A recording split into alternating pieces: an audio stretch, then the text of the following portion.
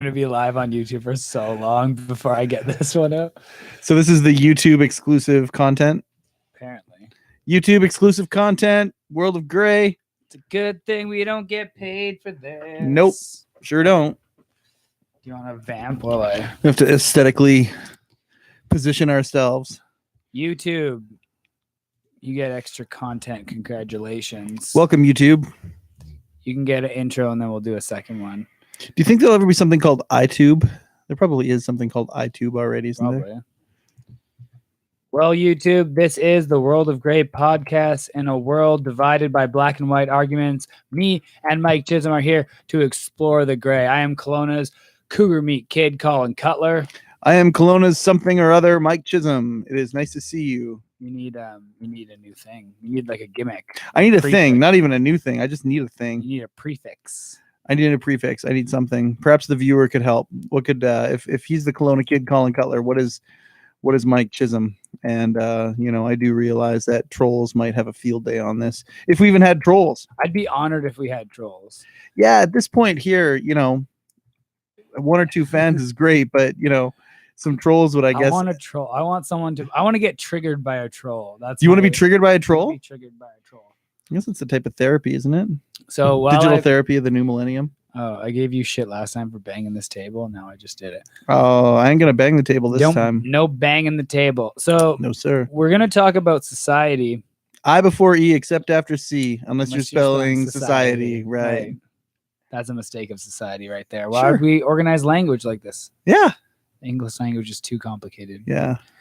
We're going to talk about society. It's a big topic. It's a broad topic. But while I do the description for the Facebook Live, I'll tell everyone the story I just told Mike Chisholm. So we were at the bar last night for a friend's 40th, and me and my fiance Jen went to go take a designated driver home because we're responsible like that. And she smashed my hand into the door. The back she sure door. Did.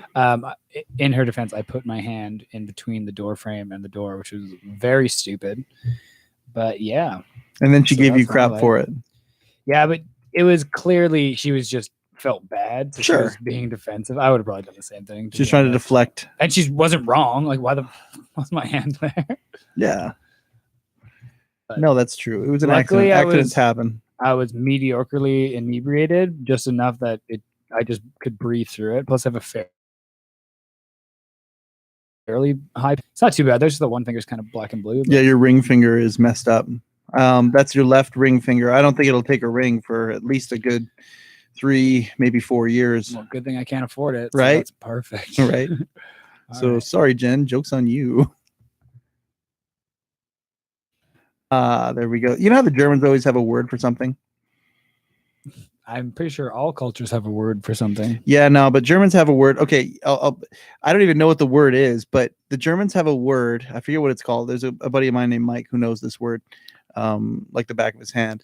The Germans have a word for the feeling of when you have a rival or an enemy, and then something bad happens to them. Mm-hmm.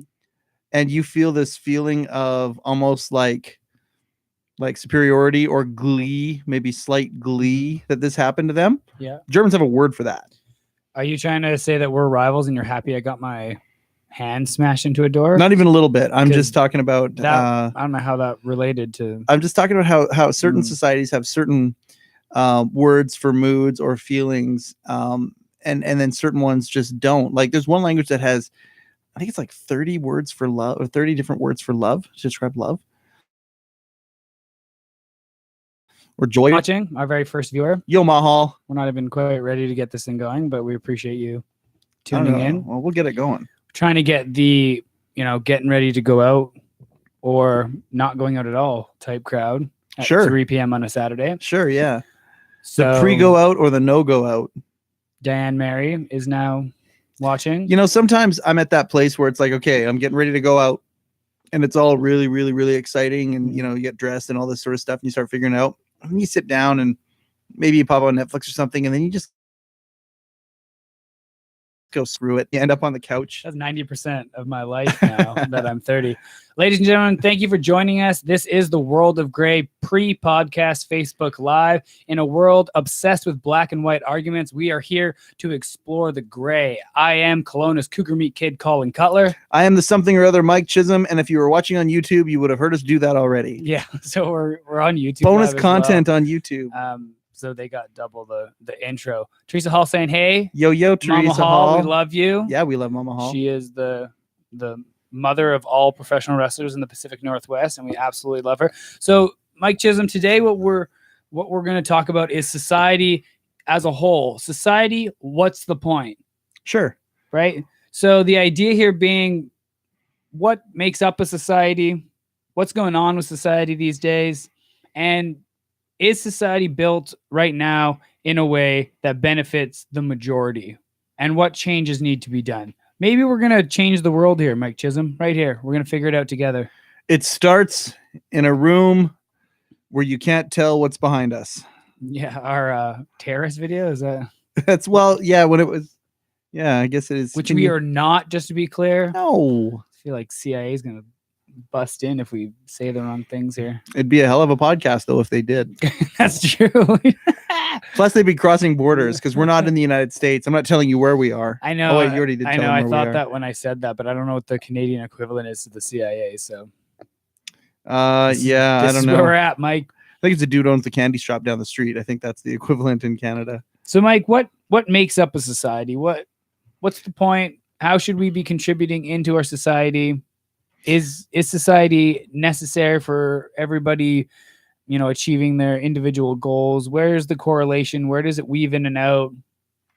I don't know, man. To me, first of all, this is like the second time I've tried to set up the.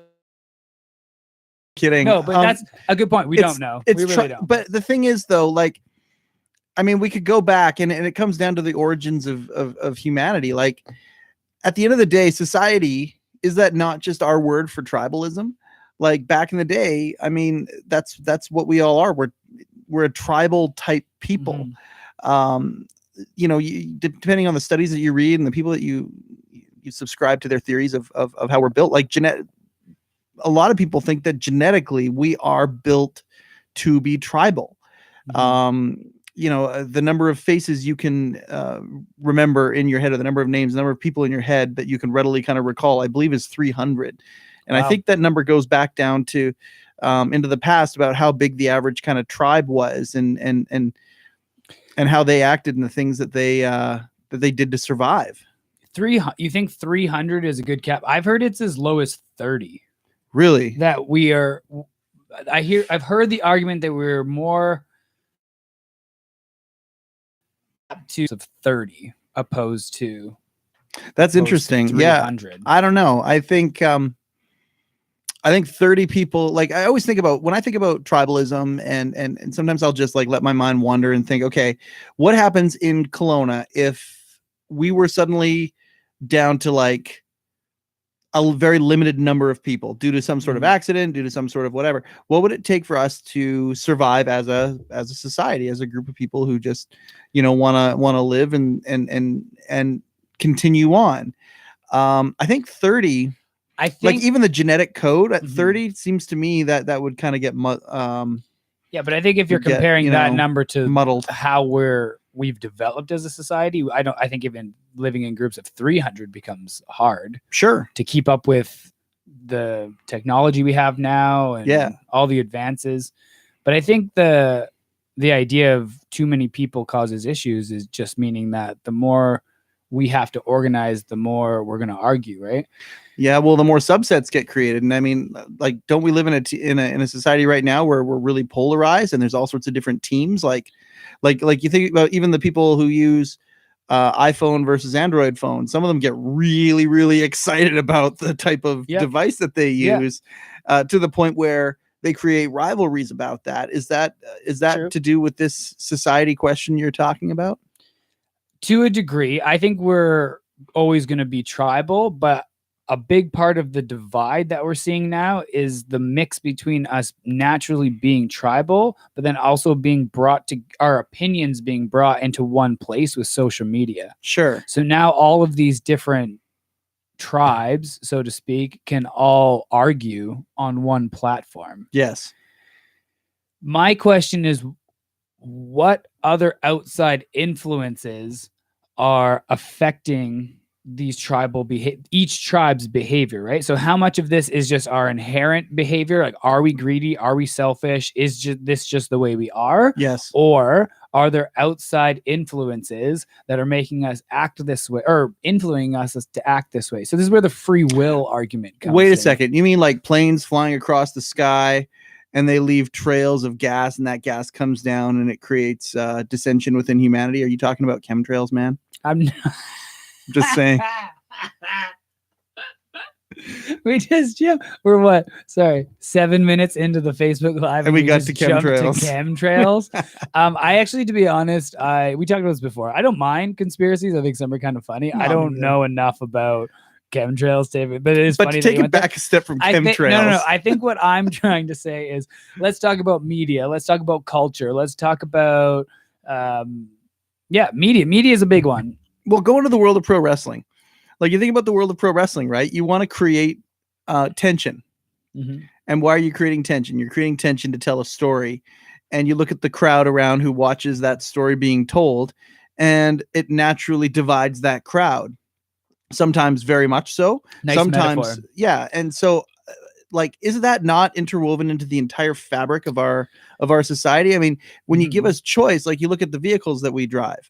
I mean, I bought an SUV recently, and as I was searching for SUVs out there are so many different ones, and there are so many different, entire companies that have thousands of workers that work for that one company, and it's almost like they're going into a battle royale versus other companies. Mm-hmm. And survival of the fittest. You see GM laying off all these people this week because they haven't been as fit as they could be out there. And isn't that creating rivalry? Like, isn't that in business? It seems to me our entire society is where it pits one human versus another, even on levels that we kind of don't even think about it necessarily. So is that a natural inclination of human beings to rival each other and be hyper competitive like we are now? Or is that just a consequence of how we've set ourselves up in society? And I'm talking just over time, right? This stuff doesn't happen overnight, but is it just one decision made on top of another decision on top of another decision? And then this is just how we've set up the game. I like to compare it to a game because really at this point, right, survival for the most part for humans is not all that difficult. It may not be distributed in the first world. I'm saying it may not be distributed properly. No, right? No. Yeah. There may be geographical sections of the world that aren't at this technological level. Mm-hmm. But is this just something that is just we set ourselves up? Or regardless of how you set society up, regardless of how you set that game up, is this just always going to be the result where we end up being this hyper competitive culture opposed to a collaborative one? Because you brought up survival of the fittest, which is the Charles Darwin theory. Yeah. But I've seen articles argued both ways, but there is the theory that survival of the fittest section of the Darwinism papers has been extremely bastardized, where you look at the rest of the Darwinism papers and he talks about collaboration and survival of the fittest, meaning whoever is the fittest within that tribe has the best chances of the best survival, is argued that that's not what Darwin was trying to get at. It was survival of the fittest of the species to the environment, right? Sure. So the species that can adapt to the environment, by collaboration, has the best chance of survival. The species has the best chance of survival, which I think humans have done better than any other animal. Unfortunately, we've also created this result of being hyper competitive. So is that hyper competitiveness what's driving us forward into the future and causing innovation? Because that's a big argument as well, is that competition drives innovation, or is this just or is it a detriment in any way? Are we better off collaborating together, and how do we get there? It's interesting how you said that, because even to me, they're almost two completely different sides and colors of a same coin, because you can have competitiveness that drives innovation that drives desire, that drives ambition, that drives survival even.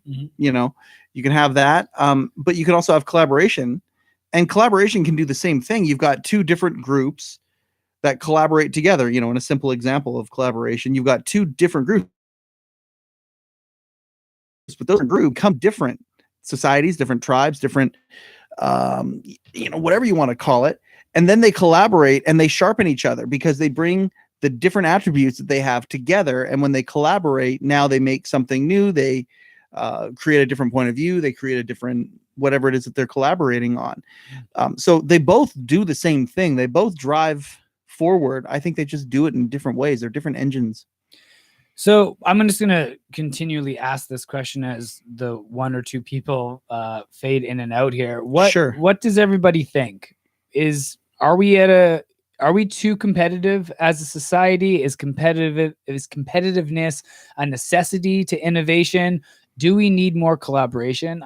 I personally think we could at least use more kindness and love in the world. Always. That's a little. I'm a creature of love and peace and kindness. I love that. What do you think from a genetic evolutionary standpoint? Where does greed come into play? Where does human desire and wants? Because we always hear that humans are a species of infinite wants. Sure. I mean, you know, I just said that I'm a creature of peace and love and kindness and tenderness and all that, which I am. However, I am grateful for the creatures that are driven by things that aren't those things, like you said, greed. And it's funny how I could be grateful for that, but at the end of the day, there are certain things that me as a person just isn't wired to do, and I'm really glad that there are other people on the planet that are wired to do some of these things, even the ones that create problems, because sometimes in fixing the problems that get created, we actually come up with solutions that can drive us that much more forward in more positive ways. A natural human instinct, characteristic, behavior. I don't know, man. Like, you go back and you think about a tribe that's, you know, say 300 people, and they're living in their little society and stuff. Are there, you know, even call them 10%, 30 of those 300 that, you know, they take a little bit more rice or a little bit more of the hunt or a little bit more of the splendor of what the tribe creates together. I don't know if that's natural or not. It'd be an interesting thing to discuss. And if this was the type of podcast that had guests, it'd be fun to have a guest on that knows the answer to questions like that. Or if anyone here has an opinion or has read articles on this, how human behavior, like, we want to know. This is what we want to do here. We want to get the conversation started. And feel free to leave us comments after this video is posted. We can go back, talk about stuff earlier too. If I can get the conversation topic up earlier, maybe we can get more comments. But this is kind of why we're doing this. We're playing where it's an experimental pre-podcast. Is we want everyone to get into this conversation. So is competitiveness just a natural human instinct, natural human behavior, or is it created by external forces? Alex, the Drapes, Pistol Pete, PDP, Handsome Pete, sure. We love you, Pete. Yeah. But this is something I question a lot, and it's argued a lot when I have I tend to be a very altruistic person that likes to do things for others, and I know people that are very much out for their own success, which I don't necessarily know is which one is better and which one is worse. Or do you just pursue your own needs and wants, and then hopefully that trickles down to the society? Or should we all try to help each other out more? Is there a balance? But is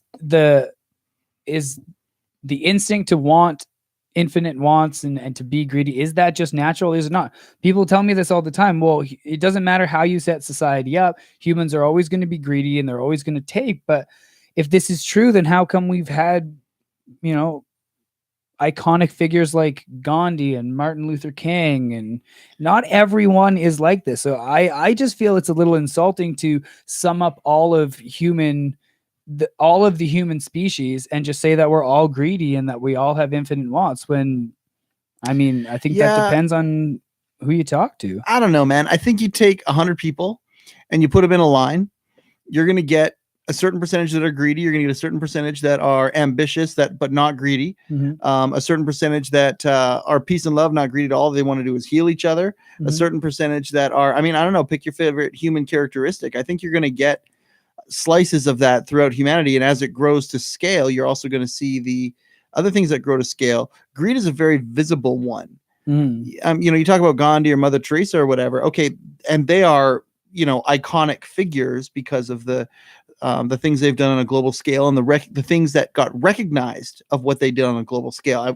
You got to wonder how many other Gandhis or Mother Teresas are out there that aren't that famous. Pete is saying, thank you, Pete, for joining the conversation. Wish other people would. Just kidding. No judgment. Feel free to just sit and listen. Yeah. Pete said it is natural to be the way we are. Though, like, what does that mean? Right. Good. To me, that there are so many segments and stuff of it. Again, some are more visible, some are more in the background, but how we are, like, how specific do you get with that, and how general do you get with it? Well, and I like that you went to like statistically, if for lack of a better term, or mathematically, if we had 100 people and everyone would be different, you'd have so many different personalities. But my question is, those say 30% that are greedy and 60% that maybe aren't, let's go back in time with that whole group of 100 and let's change some environmental aspects of that life, right? So this is where we're getting behavioral driven, and Sure. saying it's natural to be the way we are, but what influences in your life brought you up to be that way? Yeah, how much is environment, how much is genetic, right? Right. If Donald Trump wasn't given everything that he has, would he be this arrogant, cocky, doesn't give a shit about everybody else, or would he have allegedly? We don't know the man. Whatever. Well, you guys can have your own opinion. Fine. Let's just say someone who is entitled and has that greed when they're older, if they grew up in a different house. I always say it's a big reason why I have so much empathy and can relate to people and whatever, because I didn't grow up in a household that had money. I had to work for everything I had. I'm not saying I have a lot, but every success I've ever achieved in my life, I've had to do on my own. Me too. It's no fault to my parents. They raised me amazingly, right? But there's maybe things would have been different for me. Maybe I could have went to a different college. Maybe I would have been a fucking asshole if I would have had money, right? So I think the free. So, okay, well, can I don't know if I can jump in on that, but I've got two comments. First, on the money thing, I don't know if we've said this in a previous podcast, but I'm in the money business a little bit, and I have a saying, or there's a saying in that business that was taught to me, and it throughout my 13 years in the financial service, proven to me to be true more often than not, because I've seen it on both sides. Money doesn't change who somebody is. It only magnifies who they already are. Okay. It magnifies who they already are. So, I mean, I know people who are. She'll let you finish. Money doesn't change people. It only amplifies who they already are. So I have I've met people who they don't have 2 pennies to scratch, but you steal their free Capital News off of the porch. It's going to be, oh my God, they rage against that. You give that person a lot of money, that's not going to change the behavior, and I again, but now you're talking about already learned behavior, like already solidified behavior. Well, and that's my question. You're saying it's the second part, the money's just ramping them up, but now you're saying that it's not changing them at all. The money doesn't change them at all. It just allows a lot more people to see it. It's to scale, right? That same behavior of throwing rocks at the little girl who stole the Capital News off of their paper. That same deplorable behavior would be more to scale if that person had money. Okay. So it's the same behavior. But what I was going to say though is interesting what you were saying earlier. I also didn't come from money. I've had to work really hard and smart and change a whole bunch of things in my head, to change the trajectory of my life. But I think about this. I went to school, Black Mountain School, with a kid named Tim. He lived behind me. Great kid. I went kindergarten through 12 with him. In about grade 4 or grade school together every day. And as he came down the path and we walked to school, he was telling me that he got a paper route.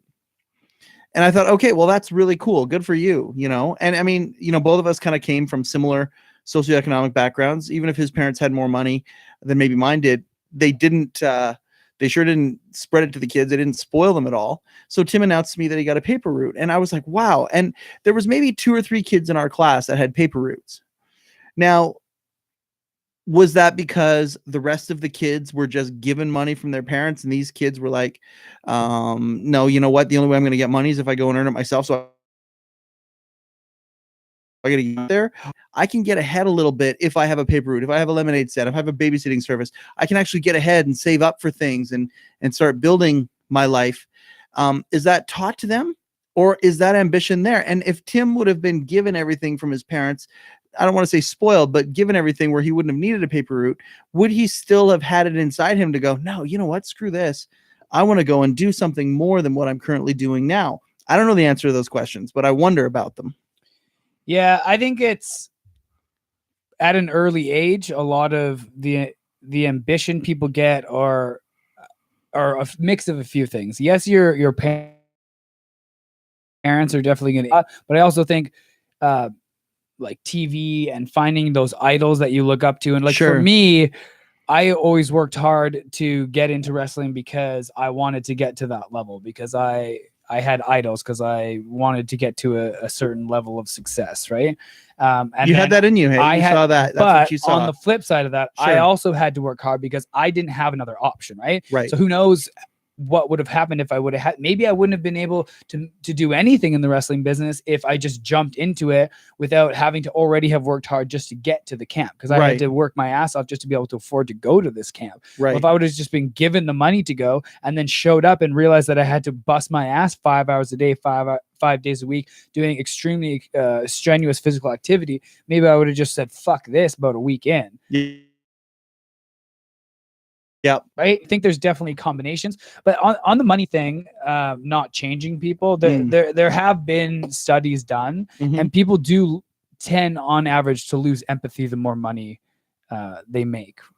On average. That's I'm not saying everybody, but they have done studies where people do tend to lose a little bit of empathy as they go on. So, but does it just scale up? Like, okay, so they get more money, and so their kind of vision, their field of vision changes, and so now they have to enhance things that were already there. So did they already have a different level of empathy compared to their neighbor before the money showed up?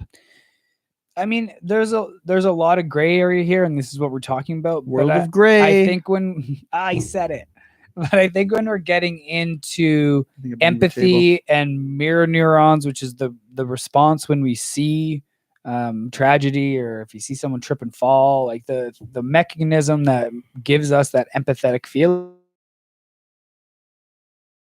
when you're still struggling yourself to some level, right? Yeah. And then I think it's easier to just prioritize your life and focus more on you when you don't have to worry about these other things that the lower income levels have to worry about. So I definitely think that probably plays a role. But I want to know what everybody else thinks. I want to know, is ambition driven by things that have happened in our life? Are people ambitious just because they want money? Also, the other thing I really want to get into is, what is success? Like, what determines success? I know our society is very, very much the determinant of what makes an individual successful, but what do you guys think is successful? Is it whoever makes the most money? Is it whoever has the most meaning in their job? What is success? I was looking at some of the comments that were being made there, the idea that, older people do change. I think that the change that happens, I think there's conscious change and there's subconscious change. Like when you change something on purpose, like I go to MMA once a week, and I do that because I want to change my motor function ability in my body. I want to be able to, right now we're working on striking. I want to learn how to fight in that sense and be good in that discipline. That's change. I mean, if I get to the place, like even right now where with what I can do, which is very, very little, in that arena, it is night and day from when I started. That is a change. That's a change in Mike Chisholm. That's a change that I decided to make, and I worked to. So I think you're raised in a certain area. Pete was also saying, he started working at 12 years old. My dad did too. My dad I believe he left his home at 14, and it was necessity. So you want to talk change? Well, he was from this alcoholic, abusive place, and he was mentally abused beyond whatever. And then he decided, you know what, screw this, I'm going to make a change. And he started working at 14, and by 20 he married my mom. They had my sister, who's very, very young, very, very quickly. And my dad is working his butt off, and he makes a conscious decision to say that, you know what, I am not going to drink a drop of alcohol. I've never seen my dad drink a drop of alcohol. Growing up, there was no alcohol in our house, not because he wanted to change something that was a trajectory that happened, from his father and his father before him. My dad decided to change that. That's change, right? Is that ambition? No, it's a change out of desire. And to go back to your question of success, in that area, my dad is extremely successful. It has nothing to do with the world standard whatsoever. It just has to do with a will to achieve what he wanted to achieve. So anyway, I don't know. I tried to wrap up a couple comments there. I tried to wrap up what you're looking for. It's done. I think, we're doing good here. Pete is saying success is hard work. But what is success? And it's not, but this is what I'm saying. And I have really strong work ethic because I've had to. I can do 12-hour days if I need to. Trust me, I'm doing them with this new management job. And, yeah, you are. And that is what it is. It's not that I can't do these long hours, but is that a measure of my success? And is it also a bit of a measure of failure to society as a collective? Man, I like to think that we judge success. That question. If you're asking someone else to judge what you just said on, in a level of success, then you're putting it to chance. But if you in your mind am saying, you know what, I feel I'm successful. Yeah. Then isn't that all that matters? Yeah, I'd agree with you on that. I think for individual success, you have to believe that you're successful and not believe you're successful just because you're comparing yourself to other people, which is extremely natural to compare yourself to other people. Very much so. Why do you think the first thing we do when we meet somebody is go, hey, so what do you do? Yeah. Right? We want to compare. We have a dopamine feedback system. It's a survival mechanism. We want to know that I find out what you're doing in life, and I want to make sure what I'm doing in my life somewhat matches what you're doing in your life, just so I can keep up. Okay, so when you said what do you do, you meant vocationally. Yeah. Okay. What do you do for, well, whatever, right? Well, because when you go up to somebody and say, hey, what do you do? It depending on how you say it, that could be, taken other ways. Especially if you provide a service. Hey, what do you do? Well, I do this and I do this and I do this and I do this. My point is we're constantly comparing ourselves to each other, and especially with the social media, especially with things like visual, we always have to. How about the gym with all the mirrors and stuff? Gym, yeah. You know what? And as a manager of a gym, it's mirrors are one of the biggest detriments to people that are brand new to the gym. Because you think about it, I don't like, say I'm brand new to going to a gym, and I finally make the leap. I sign up and I'm going in because I don't like the way I look. Nice job. And the first thing I do when I come in is see a bunch of fucking mirrors. Yeah. Right. Super. But we're always comparing ourselves to maybe others. It's psychological. Maybe it's Freudian. It's like, we're going to put your problem right in your face and you will deal with it. I think it's just so you can see your form. By the way, I just have to tell you, you put the man in manager, Colin. I put the man in manager? Yeah, I'm the man. Oh no.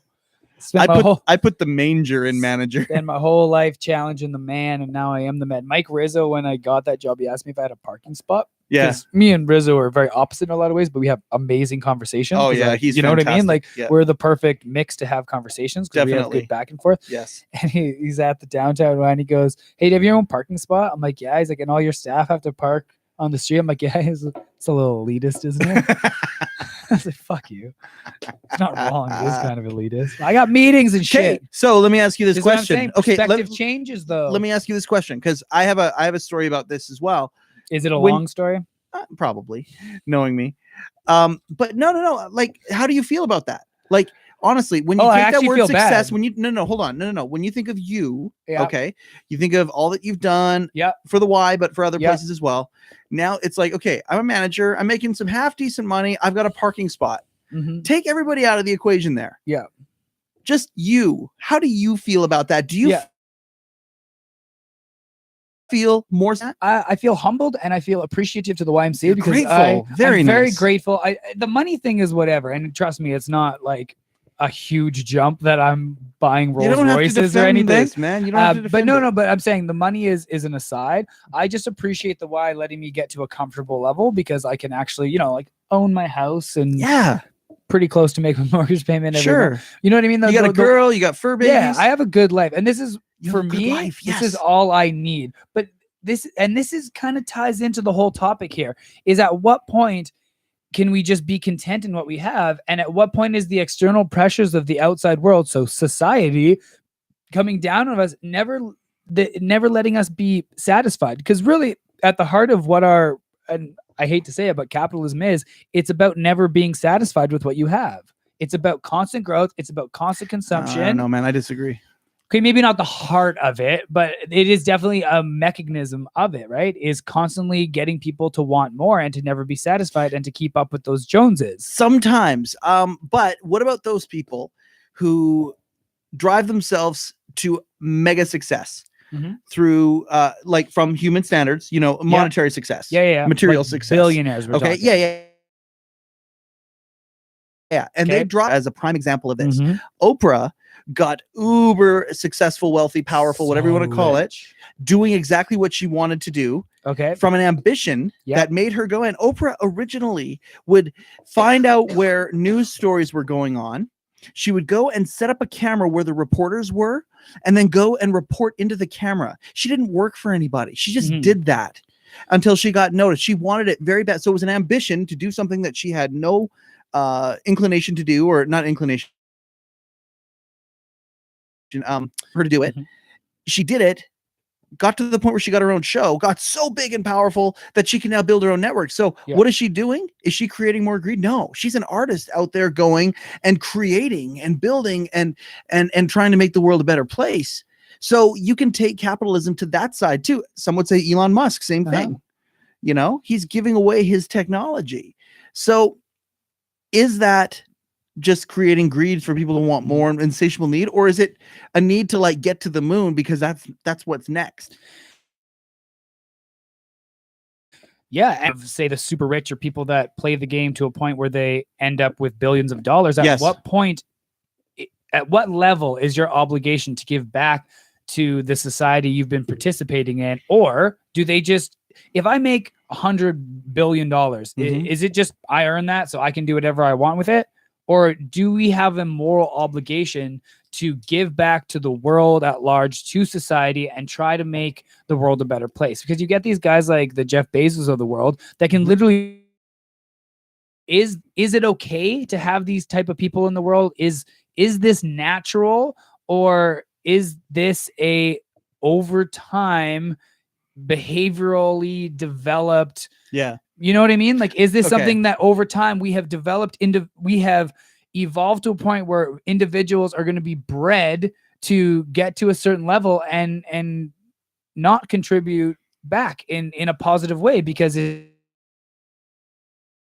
just the way it is. The optimist of the podcast for a second here. Please, that's why you're here. So I'm working in a tech firm as well now. It's a startup here in Kelowna. It's going to be the next Club Penguin of Kelowna. It's called Mazoo. It's a social media platform designed to take away all of the things that cause negative effects of social media. For example, it doesn't have like counters. It doesn't steal or sell data. It doesn't even collect the data of people. Has human moderation for all content that goes up there. It's kid friendly.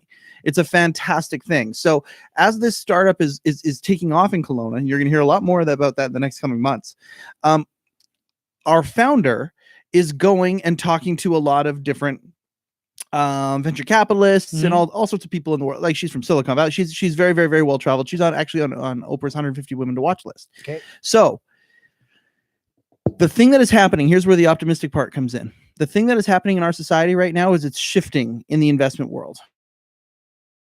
Investing. And that's investing in things that isn't necessarily going to give a huge monetary return, but it is going to give a huge return to the world around them somehow. Impact investing is becoming there was just a huge conference in Toronto 2 weeks ago called the Mars Conference about it. And I mean, you had these, the founders of a lot of tech companies were there, and venture capitalists were there. And what they were looking for was the next great thing that's going to save the planet. Right. Because they do have so much money that it's like, you know what, I could invest this in a charity, or I could instead take that and invest it, get the same write-off, maybe even some ownership of a company that's going to help make the world a better place, save things, rebuild things, save human, feed people, that sort of thing. Impact investing is a huge thing. Yeah, and that's optimistic to me. I don't want my points to get misconstrued, because I don't believe that people who are super rich are necessarily evil people for not wanting to spend the money they've earned within the rule or market economics or whatever. I'm not saying they're evil people, but is it the game itself where the goal is to just accumulate as much wealth? Is that the issue? Like I always say, if you take the greediest corporation in the world and you pull the CEO out, it's not going to change the machine, right? It's not going to change the machine. The machine's just going to keep going. You can get rid of Goldman Sachs altogether, and another bank is going to take over its place and run, probably it gets filled. That's what I'm saying. That's what happens. Absolutely. There's no question about that. So is it then the cultural change of what we do with the success once we're there? And so to what you're saying, right? Yes. This is the new thing. There's a guy running for president in the States in 2020, and he used the term people capitalism or something like that. Okay. So it's investing, it's setting up culture and society and economics to be more of a trickle up compared to trickle down. Oh man, what a neat idea. It's investing in people first, because he's running in the United States. He's running for president of the United States. Yeah, so he's a big capitalism, like he's big on capitalism, right? Okay. And it is different than the progressive wave that's coming through the Democratic Party, right? Because there's these social democrats and like the Alexandria Cortez and Bernie Sanders, and so there's that side, which is like 74% of the American people are actually behind most of these socialist policies. Yeah. And this guy is trying to find a way to appease these social safety nets, but still keep capitalism alive. And it's a really fascinating concept as people first, because there's things like money velocity, this wage inequality and income inequality and automation is, well, if people don't have money to spend, like how much fun is it going to be if you're one of 10 or one of 100 of the richest people in the world and nobody on the bottom 90 has any money to spend? Like how much fun is your life going to be if you can't do anything with it because there's nobody working, because there's no jobs? Like, can I go the other side? Can I go the optimistic side? You ever watch Star Trek: The Next Generation? Never. Okay, so there's something. Sorry, I was busy getting laid when I was younger. Right on. No, I'm kidding. I'm not that cool. No. I was more of a Star Wars. Teach guy. Their own. I like a little. Well, hey, no, I mean, come on. I mean, I'm of course Star Wars. You don't like Star Wars. No, but in Star Trek: The Next Generation, they had something called the holodeck. Okay. So that's a place that you could go in and it would basically create any world that you wanted around, including tactile experiences within that world. Okay. Then they had replication technology where they would replicate food. Yo, Pete. Pete's leaving. Right on. Where's he going? He's going on wrestling. There's a show in Peachland. Thrash is going to Thrash is doing. Yeah. If I wasn't going to the hashtag Kelowna Chiefs game. These are the people that are going to go to the Thrash show. Oh man, I hope you guys kill it tonight. I hope you literally let the building on fire. It's at that bar. And I'm sure they could use the money. So I hope you literally light the place on fire. Pretty much the only thing we haven't done in that building is light it on fire. Time two. Is there a part of you that is wishing that you were there? If I could put you on the spot in front of everybody. I wishing I was there. I once hit Michael Moore over the head response. with a pumpkin at that bar. Yeah, there was a pumpkin there. Actually, hit him with was it a big pumpkin that was hollowed out already? It was a. That'd make a great visual. I hit him with candle. There was no candle in it. Oh, that would have been amazing. The first one slipped out of my hand and didn't really hit him very well. Oh well, and then so I had to hit him with another one. Good man. So we're getting into a lot of. Okay, well, can I do my holodeck thing? Yeah. Okay, so a holodeck could create things. So imagine, this is what I imagine sometimes. I imagine what the world would be like if we had no wanton needs other than it was like an extended pleasure zone, because we could divide around the earth. We could make sure that the climate is the same in all places in the earth. We had total control with zero waste of resources. So everybody could literally have what they want. at what the cars would look like. Like imagine, but I imagine it in like our time right now. So there's the current car companies, but instantly everybody needed nothing and had the resources to get whatever they wanted whenever they wanted it. What kind of cars would they drive? How much crime would there be? I'm so curious as to what that would look like. And I think that we are on the precipice of that happening with technology. I think there's going to be integration. And I think when it happens, we are going to be a society where everybody's wanted, really, truly wantings are achieved. I see that happening in the next 100 years. If we, that's the caveat. Look how far we've come in 100 years. Yeah, we've gone from very, very, very limited technology, printing presses around, okay, but it was a hell of a thing. It was a manual process. You think about how much has changed in the last 100. What would the next 100 be exponentially on top of that? Like it's bonkers. So I want to go back into this societal organization because I have a thought exercise that that I've heard before, and it's an interesting thing to get into. But Jeff Kummer is saying success is accomplishments of your goals. Having unrealistic goals makes it harder to be successful. If accomplishing your goals leaves you unhappy, then what is the point of being successful? What goals? Oh, this is long. That's okay. It's a fair point. No, I dig it. Like even the dude, right? And but truly wants to sit on the couch, they haven't been exposed to endorphins from other things that doing those things. So they just want to play games all day because it gives them, orgasmic levels of joy inside, not outside. But I think what Jeff is also getting at here is what about the ones that have these goals, achieve those goals, and then it still doesn't make them happy. And this is a great point. There's a really good documentary called I Am. This the director of The Mask and Ace Ventura, like a lot of these Jim Carrey movies. Ace Ventura was actually what gave him his success. And in this documentary, he ends up getting a concussion because he fell off his bike and he went into this massive depression and then created this documentary. And the documentary is fascinating because this is somebody that was a struggling director, hits his first big movie, makes millions of dollars, right? There's the end goal. That's the goal. Okay, now what?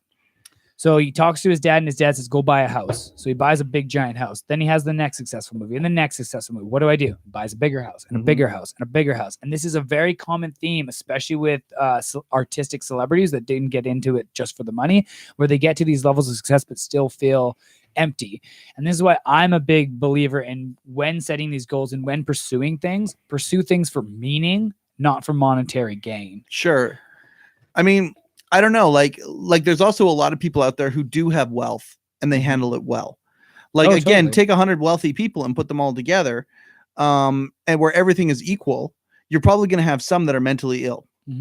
Now, it'd be interesting to know if those mentally ill go to the art side of things. And I mean, I have read stats recently about people with artistic personalities, whatever it might be, very visual medium, singing, whatever it might be, also are prone to have more bouts of mental illness in certain areas, certain mental illnesses. I'm not sure exactly which ones they are, but I've read articles in the last week about that. Right. Is that also because of the pursuit that they have? Just like a guy who's just as wealthy as that artist, but he's a power lineman. He's got a better chance of dying than the rest of those 100 people just because of the job that he's doing. So again, that's another type of environment, the artistic and I don't know if you line up those 100 people, if you're going to have that no matter what their socioeconomic background is. Well, I think the mental health conversation ties into this really well because you can tell people what success is and we can all strive to that collective understanding of what success is, but mental health doesn't lie. So if we all say making a bunch of money and getting to this level where you're, adored because I think that's a big determinant of whether or not you're successful. Do you feel content at the end of the day? So now, is this a fault or problem of the way we've structured society as a collective to quantify success?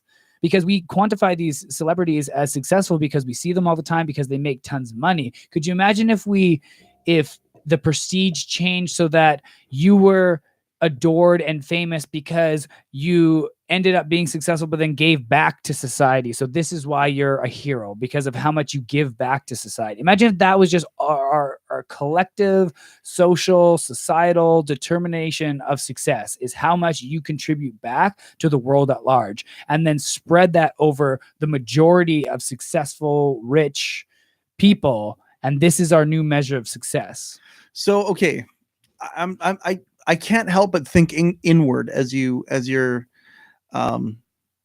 explaining this and you're laying this out. And I think about myself. Right now, I feel I'm probably a 9.5 out of 10 of patting myself on the back for how, I'm doing in life right now. Okay. Like, and I mean, I'm trying to say this without any arrogance because I don't really say it out loud, but I was walking downtown last week and I've got an office downtown on Ellis. It's super cool. It's very chill. It's very me. I've got a parking spot in the park. And then I've got another really awesome office in the Landmark buildings in kind of the city center. Right. And it's very, it's very urban, and many times it feels very kind of big city. And I just bought a vehicle that I love. And it was kind of a going away from Costco present kind of a thing for me, embarking on my new adventures. And, it's a nice vehicle. It's one that I'm really proud of. Now, I was walking down the street and I felt the sense of everything I just spent about 1,000 words telling you, really excited and really like, oh yeah, I think get interchanged a little bit. I think there's a difference between success and satisfy. So I felt successful.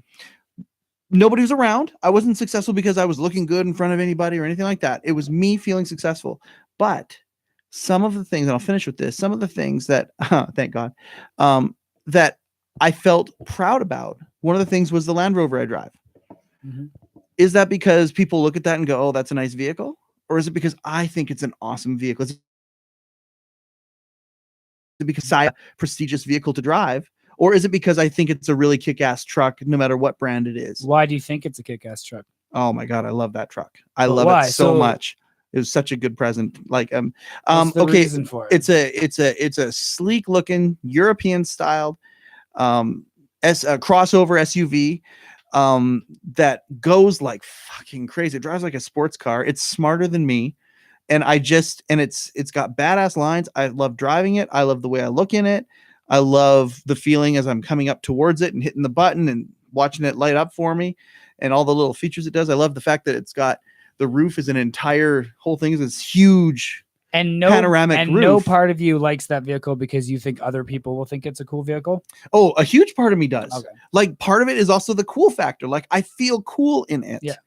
And now, is that society telling me what success is and me buying the lie and saying, yeah, fuck yeah?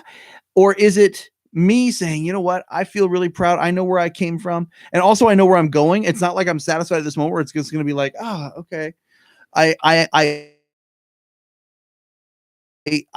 project that could go global and we want it to go global. And so to me, that's more success that nobody even knows about.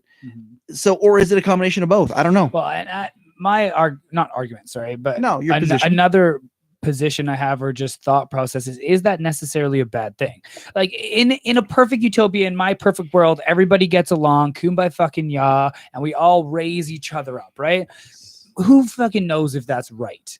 Who knows if that is the way people should be? Or maybe we should be super hyper competitive and screw each other over at every... And violent? Should we be violent? Like, maybe, who's it to say, right? I don't know. I don't want to be... I think you can only be the change you want to see in the world. Yeah. But I don't necessarily think it's a bad thing to want to be accepted by your society at large. No. But we need to start seriously thinking about the external forces that cause us to have these feelings. And I think that sometimes our priorities are driven by these external forces, and those priorities get really fucked up. Yeah. Do you know what I'm saying? I do. That sounds sound to me. Like that's a perfectly reasonable way of trying to dissect a very, very complex issue. So we want to know what everybody else thinks. What is a measure of success? And is it what's how success much to you, man? Success to me, and again, this is the altruistic part of me. This is kumbaya fucking ya. Success to me is within how many people that I come in contact with who I can share or give meaning to, how many people I can affect in a positive way, how many people I can help them get their life in another direction. And this is why I absolutely love my job, not just because of the job itself, but because it's also a charity. So we give back to the community that I was born and raised in. Bye, Jeff. Jeff's gonna Jeff. New West. Later, yo. So much wrestling tonight. Whoa, it's wrestling. all over the place. Yay, wrestling. Success to me is how many people I can, I was going to say touch, but that's might get misconstrued. Oh no, we know exactly what you mean. How many people I can impact in a how many people have you touched in a positive way? In a positive way, how many people have you touched? So many. Okay. You don't even know. Okay. But I mean, and that's just my measure of success. Maybe success is just we're an animalistic global ecosphere of life feeding on life. So, I mean, if we want to get down to the nitty gritty, I mean, self-preservation is an amazing thing. I just think that humans are so unique and so special. And we have this amazing prefrontal cortex that overrides our amygdala, where the amygdala goes, fuck everyone over and hoard everything you can. And doesn't finish developing until you're 27 years old, 20, or 27 for a man, 25 for a woman, I think. So that's Grandpa Mike saying, I've regretted a lot of things, but we're just a different species. So it's this constant struggle between logic and instinct, right? And animal instinct.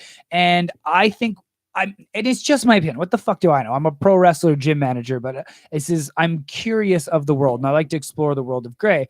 I think that self-preservation needs to be there for certain times in history, right? He was trying to kill me. I'm gonna fucking kill you before you kill me.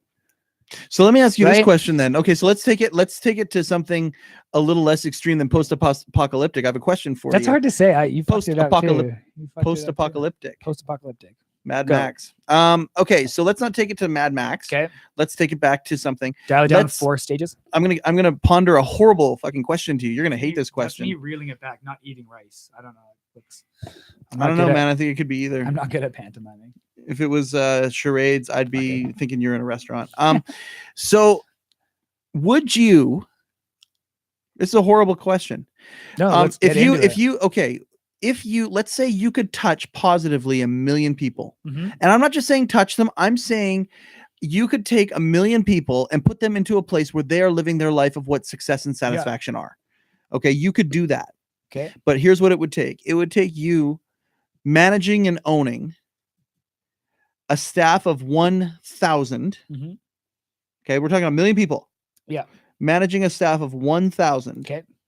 In sweatshop-like conditions, living sweatshop-style lives, the third world that lives in this earth today. The worst things that you've heard, those things. Yeah, I don't know. I don't think I could do it. And I think that there are those.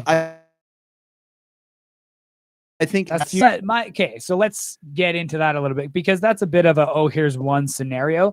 That's a horrible question. I said that right from the start. No, that's okay. That's good. Let's talk about it. All right. But my question is that necessary, right? It's like saying, oh, well, these sweatshops, at least they produce jobs. It's like, sure, but ridiculously low wages. Sure. Like, it just doesn't need to happen. So it's like how do we make the change? And this is what I want to start. And is the change happening? Is it evolving? Yeah, maybe is it evolving? Like, maybe it's a time as we are enhanced. Like, you think about how many people have cell phones. Okay, I don't care where you are in life. If you're in a sweatshop life, but you have a cell phone and you can talk to your family, you are living a standard of life where you're at least trying to live. Okay. Now, 100 years ago, we were not where we're at. So it's 100 years later, where we're at, and these other groups are also rising, just slower. Will it get to a place where they all catch up, and that's utopia? I don't know. Is it closer than it was percentage-wise 100 years ago? I don't know the answer to that. This is where I start to get argumentative. I just that you're gonna argue with me, man? A little bit. Okay, a little bit. I'm asking questions. I don't know how you argue with questions. Sorry, only a crazy person argues with questions. I argue with myself. I almost called this podcast "Arguing with Myself." Crazy people also argue with trees.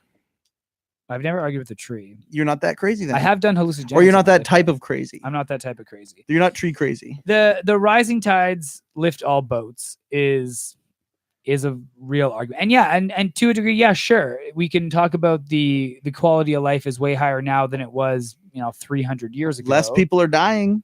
Yeah, but I mean, I fucking hope so. The amount of work the population has put into this machine of society for very little reward. It's gone down a weird path, man. But you know what? It's 2018. We're on the brink of automated self-driving cars, but in the United States, they still don't have fucking Medicare for all. Like, I understand that our standard of living across, like, globally has risen, but has our potential matched our application, or has our application matched our potential? Clearly it hasn't, and I don't think it has. Well, it depends on the standard you're looking for. From an innovation standpoint, okay, let's talk about it. We'd say yes. I'm very passionate about this. Let's talk about where we should be. From an innovation standpoint, yes. From a socialistic standpoint, absolutely fucking not. That's the way I answer that question. So this is where I think we should already be at, and I would love to hear some arguments. And I'm not going to argue.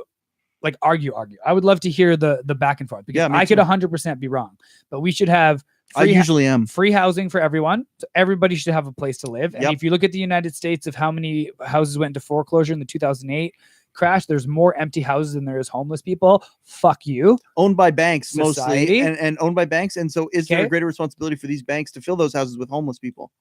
There you go. That's exactly what we're trying to get in here.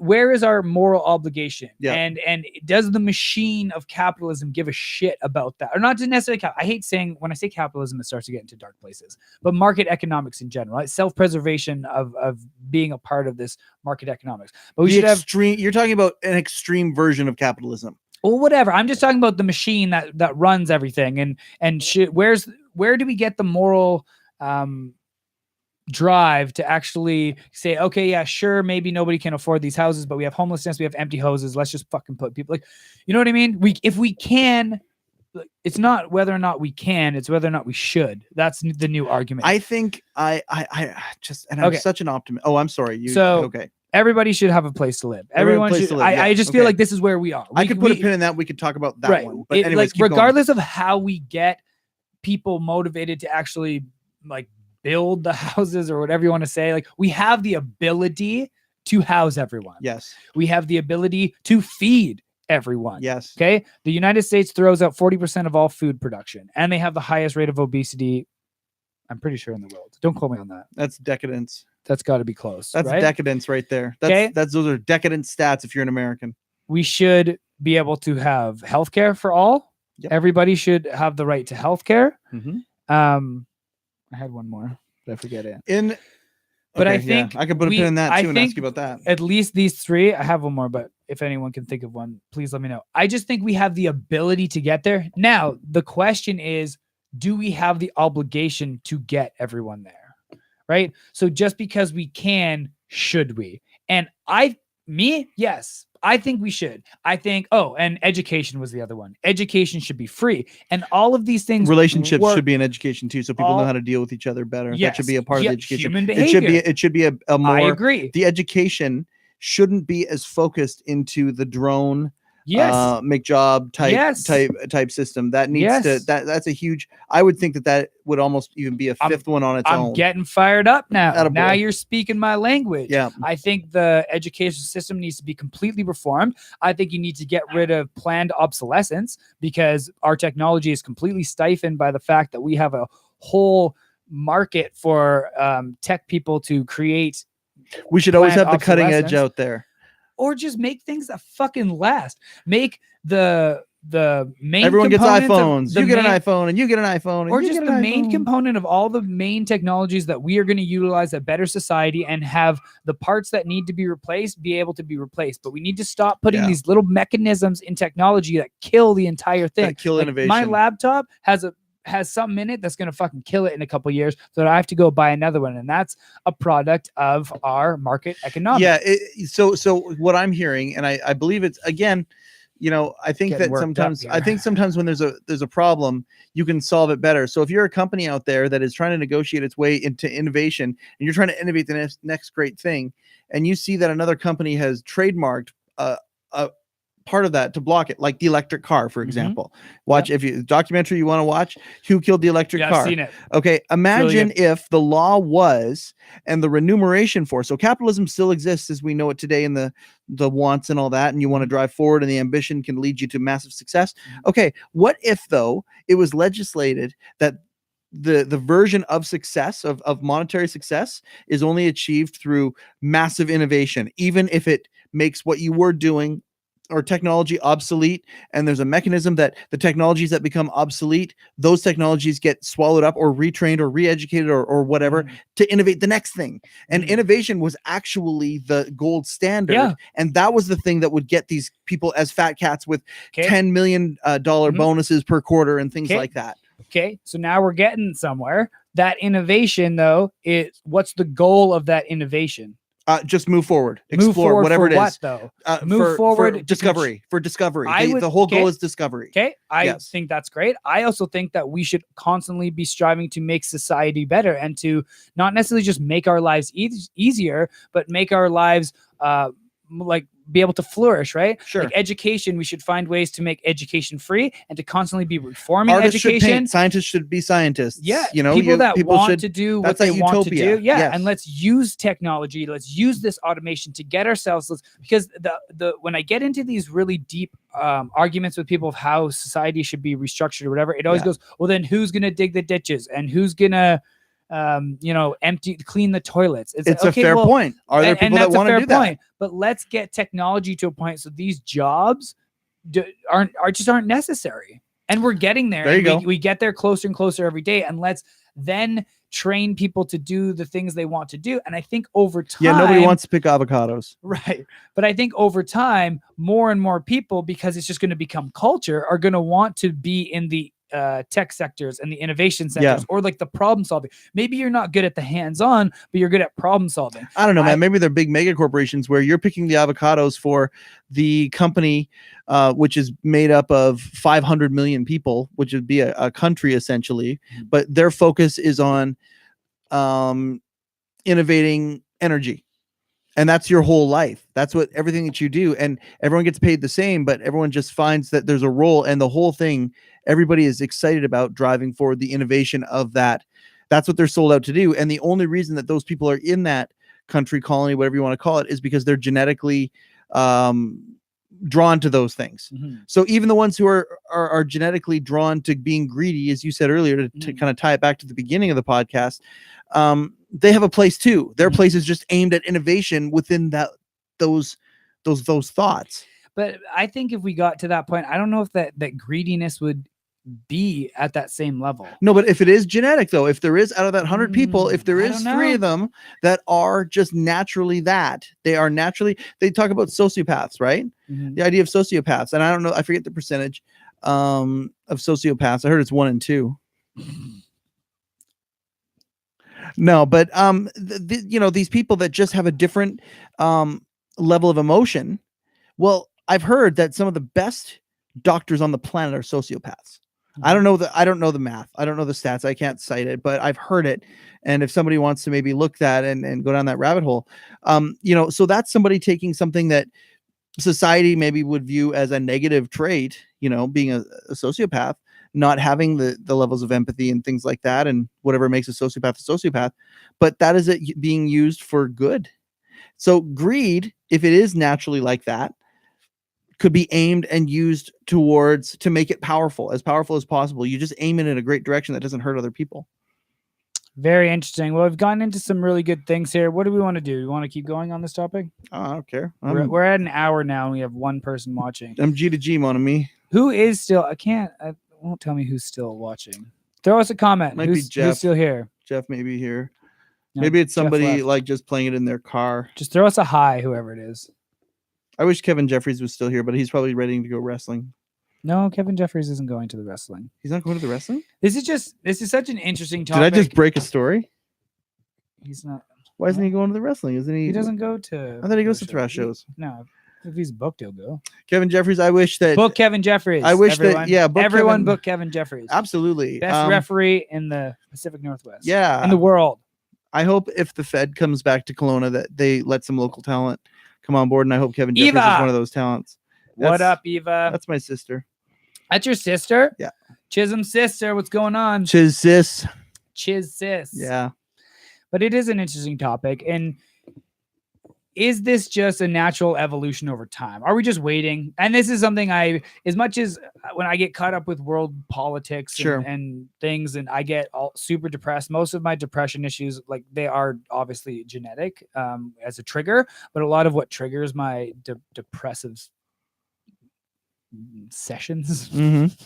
I want to try and trigger your oppressive sessions. I'm curious what they would look like. But a lot of it is because I tend to let the weight of the world rest on my shoulder. Yeah. But I do try to tell myself that I think this is just a natural progression in human behavior. Yeah. And although it's slow and it's hard to see the forest through the trees, I think your optimistic side is nice to hear, because I think you're right in the fact that over time, once technology, I think a lot of this is the pressures, right? It's the pressures of survival is what like self-preservation, right? And I think that those natural pressures of self-preservation and survival have slowly morphed certain individuals to be a little greedier and to be a little bit of a megalomaniac and to have that power, because if we have power over people, our self-preservation is taken care of. But I think as we slowly use technology to take those pressures away, this is why I think food production should be more localized instead of globalized. And if we can feed people and house people as a start, and universal basic income is a good thing to start discussing and arguing as automation comes to the forefront, which is what this new presidential candidate that talks about people capitalism is talking about. He says everyone should get $1,000 a month so that they can, start to build their lives or at least have so the comment on there is about, like, how does boredom play into all this? Is it helpful? And you think about that with the UBI.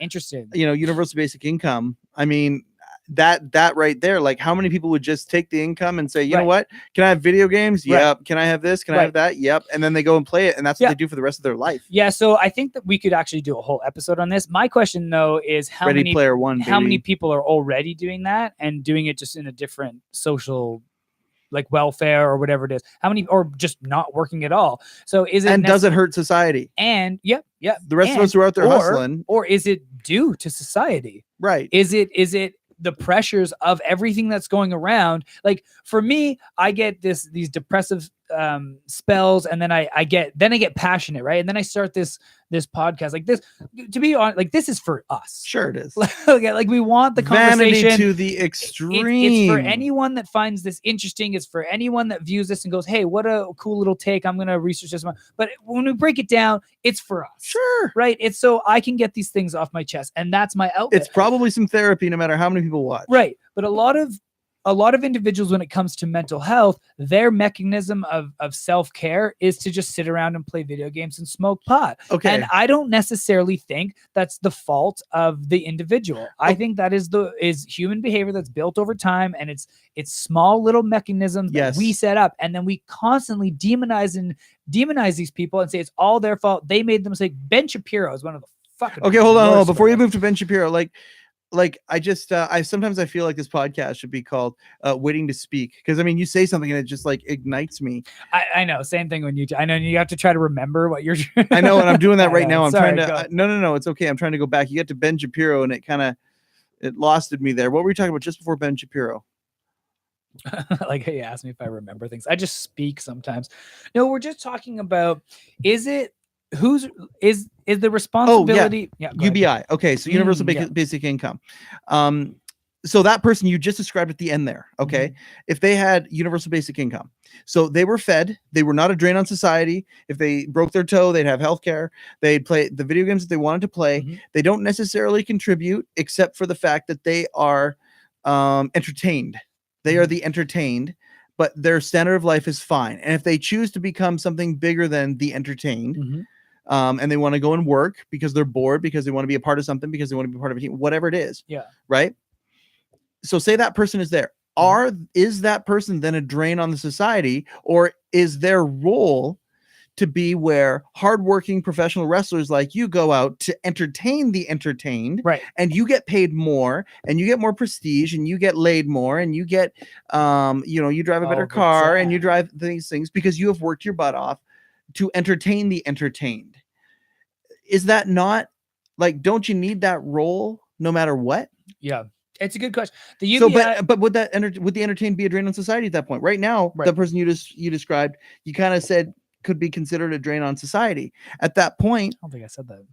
well, you kind of went down that path a little bit. No, I don't necessarily think that person would be a drain of society. I mean, it just depends what we mean by that. Are they are they taking up resources that don't get replenished, and then somebody else is like starving because they're sitting around eating Cheetos? Like, maybe I don't know. I think it just depends on how we set up our priorities. The other thing we all need to remember is the amount of stuff that gets produced that we consume.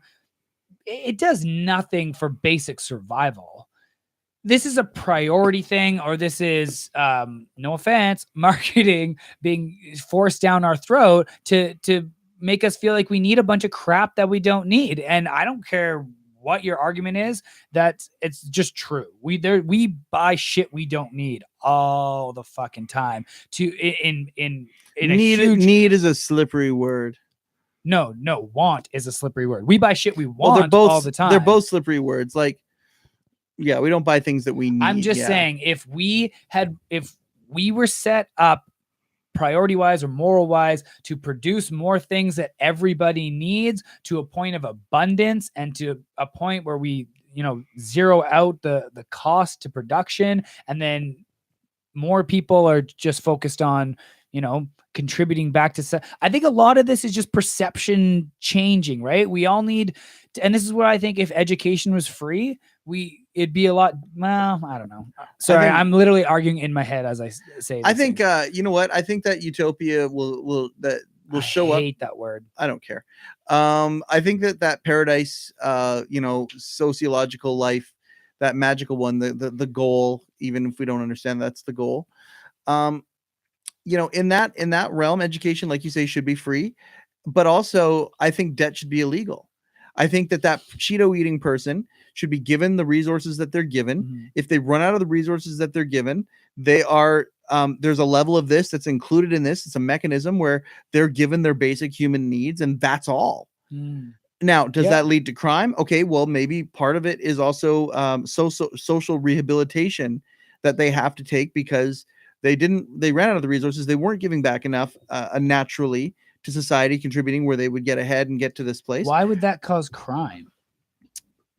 Why would it cause crime? Okay, so somebody goes down and they're only being given their basic human needs, but they want more. And so maybe they go and they steal, or they covet what they want, the shortcut. They want they resort to crime to getting themselves up rather than actual ambition. But again, in a society like that, could that be taught in this this paradise education we're talking about that focuses on the right things? Then what happens? Yeah, but I think most crime is caused from people's basic needs not being met. Yeah, it'd be interesting to see if there was. So if we had some sort of structure like UBI where everybody's basic survive, I mean, sure, you're probably still, I mean, especially if we don't change our priorities as an overall society, and the goal is still to accumulate as much as possible, and everybody wants to be, keep up with the Joneses and be rich. Sure. Even some people will still want to steal and take other people's the shortcut, things. Right? Sure, take the shortcut. There's always gonna be people like that. But I think if everybody's basic needs were met, you're gonna see a drastic reduction in crime. Yeah.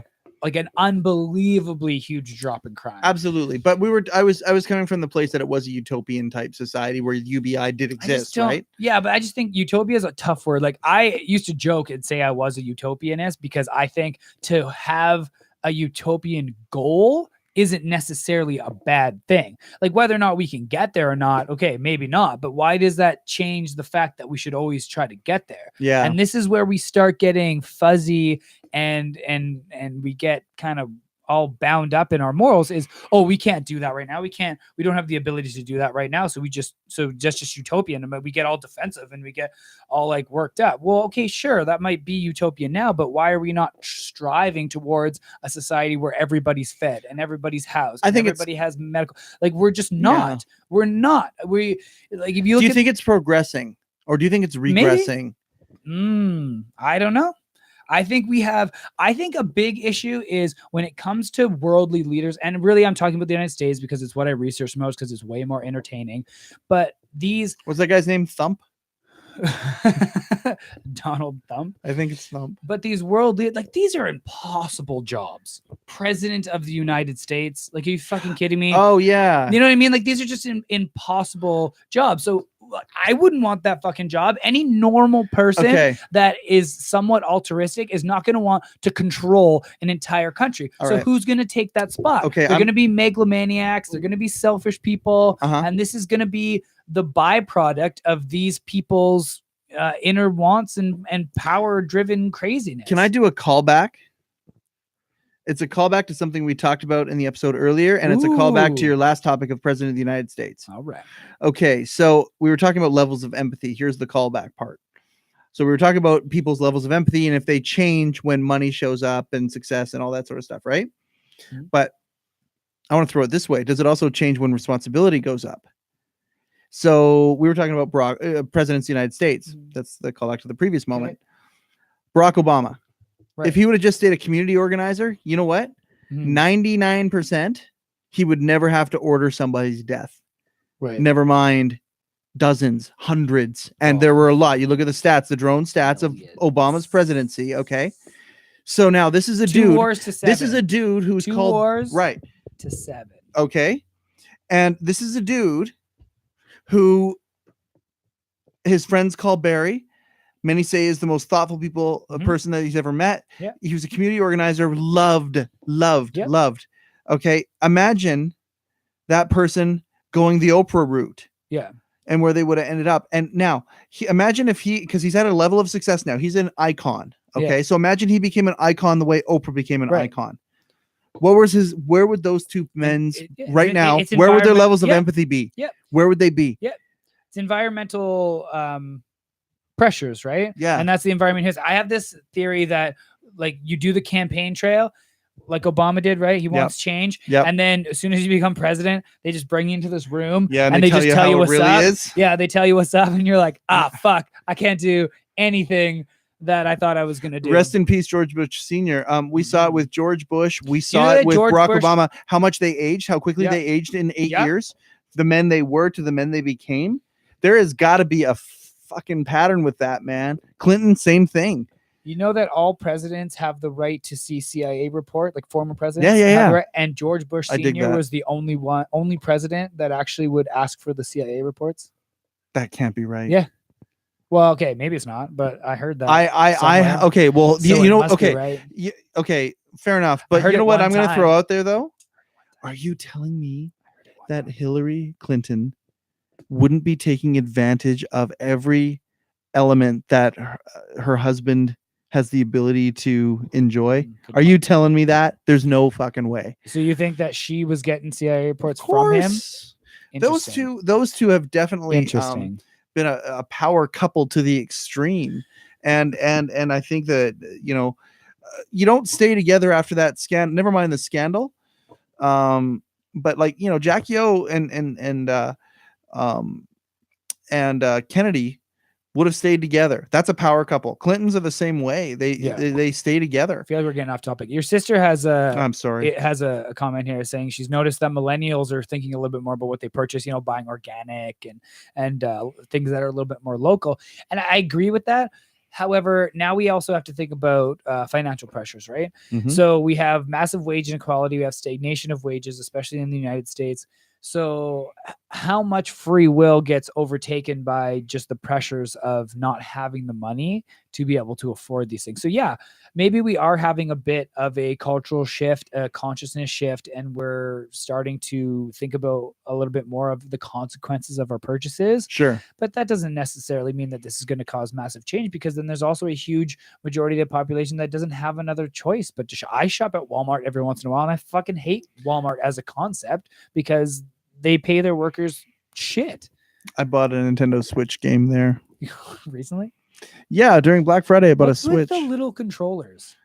Okay, so it hurts my thumbs. Yeah, okay, I'll put it to you this way. They're baby controllers. But you can play them like this though too, right? You can play them like this. So I can play Mario like this, or you can put them into the middle thing chunk and you can play it like that. Right. But for like Mario Party, That's what I was playing. they have so or certain games where it's cool to use them as a feature. They're great, but as a little controller to play Mario Kart, fuck that. No, I bought 2 Pro controllers and I bought 2 of the specialized controllers. So anyway, but fantastic system. I went to Walmart on that Black Friday, and I hate Walmart as a concept too. But we do it. There's tons of stuff I do that is so hypocritical to my overall worldly views. It's insane. But this is where I personally think that we are like 90-10 when it comes to free will on the not having free will side. We play the cards we're dealt though, man. So like we're going to Walmart to buy a Nintendo Switch game or whatever because we're playing the cards we're dealt. That's what I'm saying though. Like we have to react somehow. So that's what I'm saying. Yeah. In a perfect world, yeah. I would not shop at Walmart because I don't believe in what Walmart does. Right. Which also doesn't help anything because if everyone just stops going to Walmart and they all close and people are out of jobs. Right. So crappy jobs. I mean, there's no perfect, shit jobs. There's no perfect solution here, but I think there's changes that can be done that just aren't. And I think even if we started as simple as localizing food production and making food super affordable and just over time as the technology gets better, it zeroes out, like the marginal cost zeroes out and then it's free and then just build on that. Here's a question for you. Do you give food or healthcare first? I think whatever's more feasible. No. Whatever's no. Let's say we take the resources that we have and aim them at one of those things. Within 5 years, we can have one of those things and 10 years for the other one. Would you go healthcare first or food first? Food, if we're talking about like healthy food. Yeah. Because I think if the psychological like cortisol level pressure of not having to make enough money to not worry about where your next meal is coming from. Yeah. On top of the health consequences of like the positive health consequences. That's my point. Yes, you're eating good food, you can reduce the need for healthcare. I think public health would rise immensely.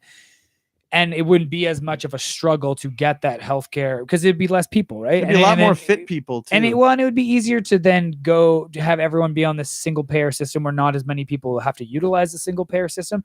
This is a big argument when it comes to UBI though. This is people are saying with UBI in general, because say that $1,000 a month is your food budget. Yeah. Is taking away the pressures of needing to survive will raise public health, mental health, to such a high level in itself, right? Can you imagine if they give you $1,000 a month for groceries and like you had to shop on a certain day? That's what food stamps are. Do you have to shop on a certain day? Well, no, you don't have to shop on a specific day. No. I'm just saying, do you know how crazy the world would be? It's like, okay, the people who work for those grocery stores build around a 2-day a week shopping day because people can only come in 2 days a week, and it would change the earth in a lot of ways. I think people have a lot more time off. I think they'd restructure that real fucking quick. Well, yeah, but I think you would have each person, like certain individuals would have certain days. So I think it would be a 7-day-a-week thing, but like, yeah, certain people would. That's an interesting concept. I think UBI is honestly one of the easier solutions, but I just want to know. I wonder how can we get to a point where we put advancement of technology for the majority first? Like what is causing us to be so self-preserving in a time and era where we can house and feed everyone? Like society, what is it? Man. It's society. It's society, man. But what are the mechanisms? Is it the elite population? Because this is the fun argument of conspiracy theorists. Are the people that have the majority of the money, which is a very small percentage, have the majority of money that's in the money pool, and there's only so much money out there, and responsibility. Is that just a consequence of the machine of market economics in general, or are they maliciously putting themselves in these positions? Maybe maliciously isn't the right word. No. But are they purposely in these positions because they are megalomaniacs that like to have the power and want people beneath them? They're playing the hand that they're dealt too.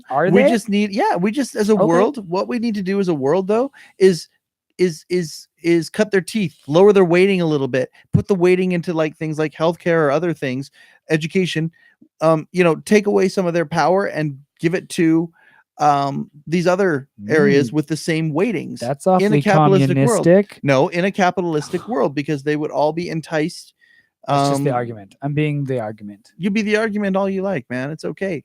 But at the end of the day, I mean, we're really getting back to the beginning when it comes to society and what differentiates us. What do you think about a maximum wage?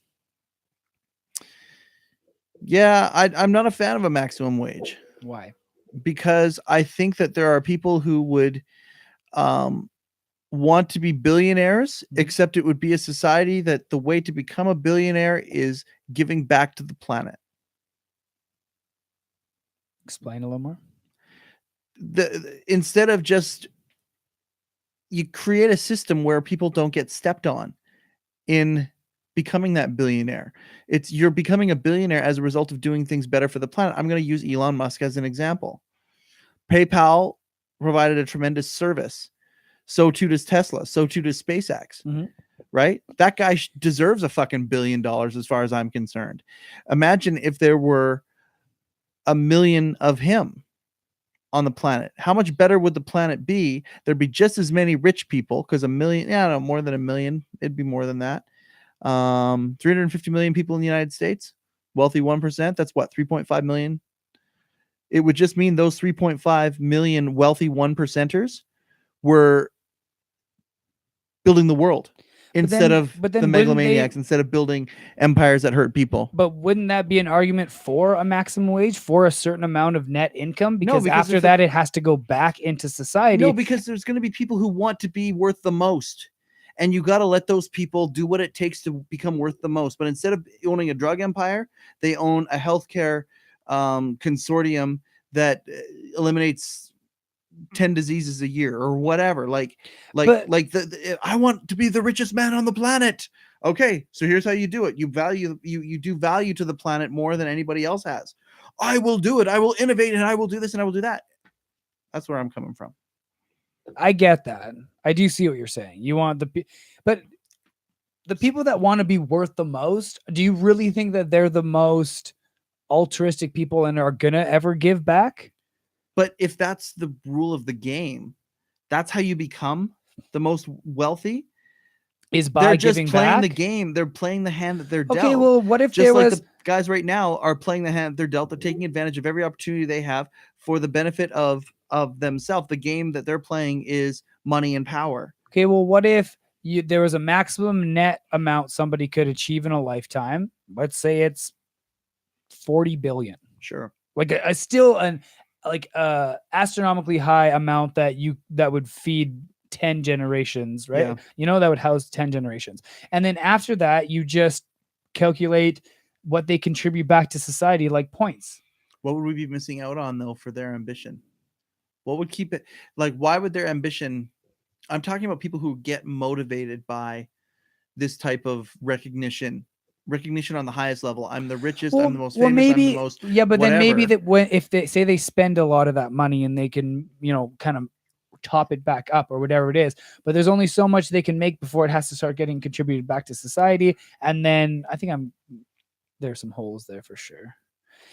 But then how much they contribute back also starts to that's kind of the point system for their prestige, right? Yeah, you know what I mean? You haven't convinced me on a max. Oh, I'm not saying I necessarily support a maximum wage.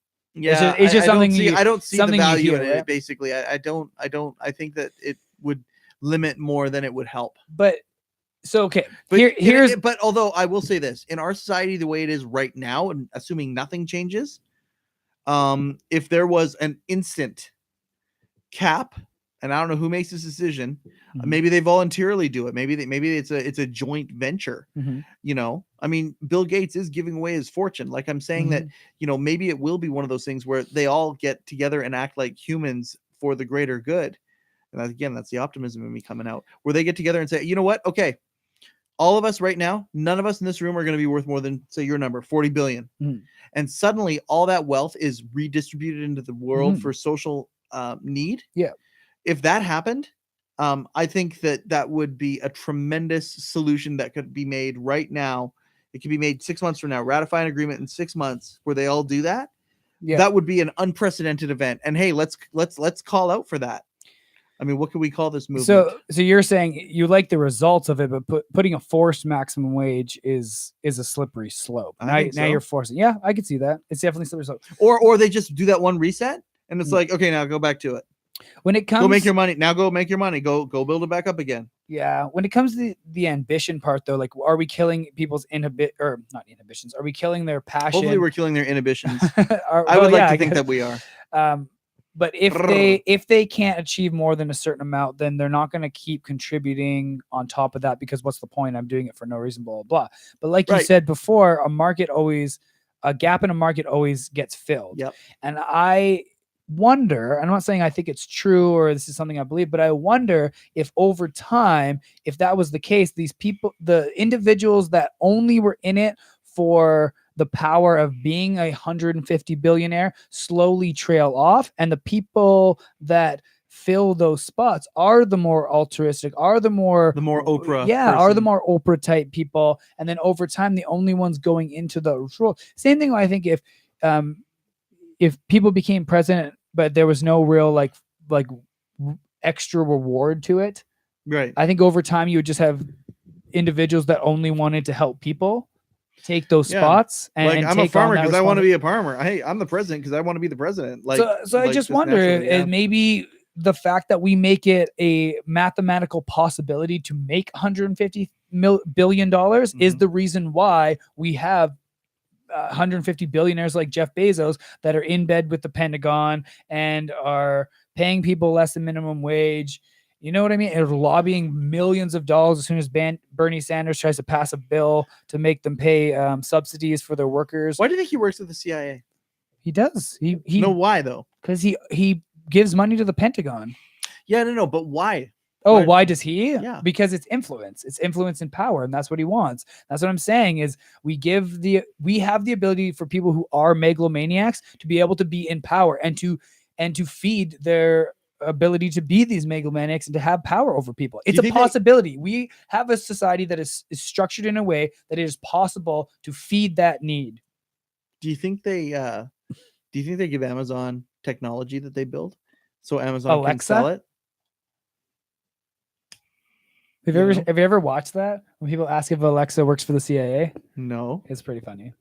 It's nothing like weird or freaky. She just it says no, and in a very very long convoluted way. We got to do this. We're live. This is like bonus content. It's pretty funny. Yeah. These are just things I ponder. And to be honest, and this is where it comes back to. Hey Siri, do you work for the CIA? No. Asked and answered. Thanks, Siri. Nope. Who do you want to send it to? All right. No, it's just Siri just went off the rails. Siri doesn't work for the CIA. These are just questions. What do you guys think? We want to know. And the one, I'm assuming it's still Eva watching. I just curious to what other people think. And do we even think about this?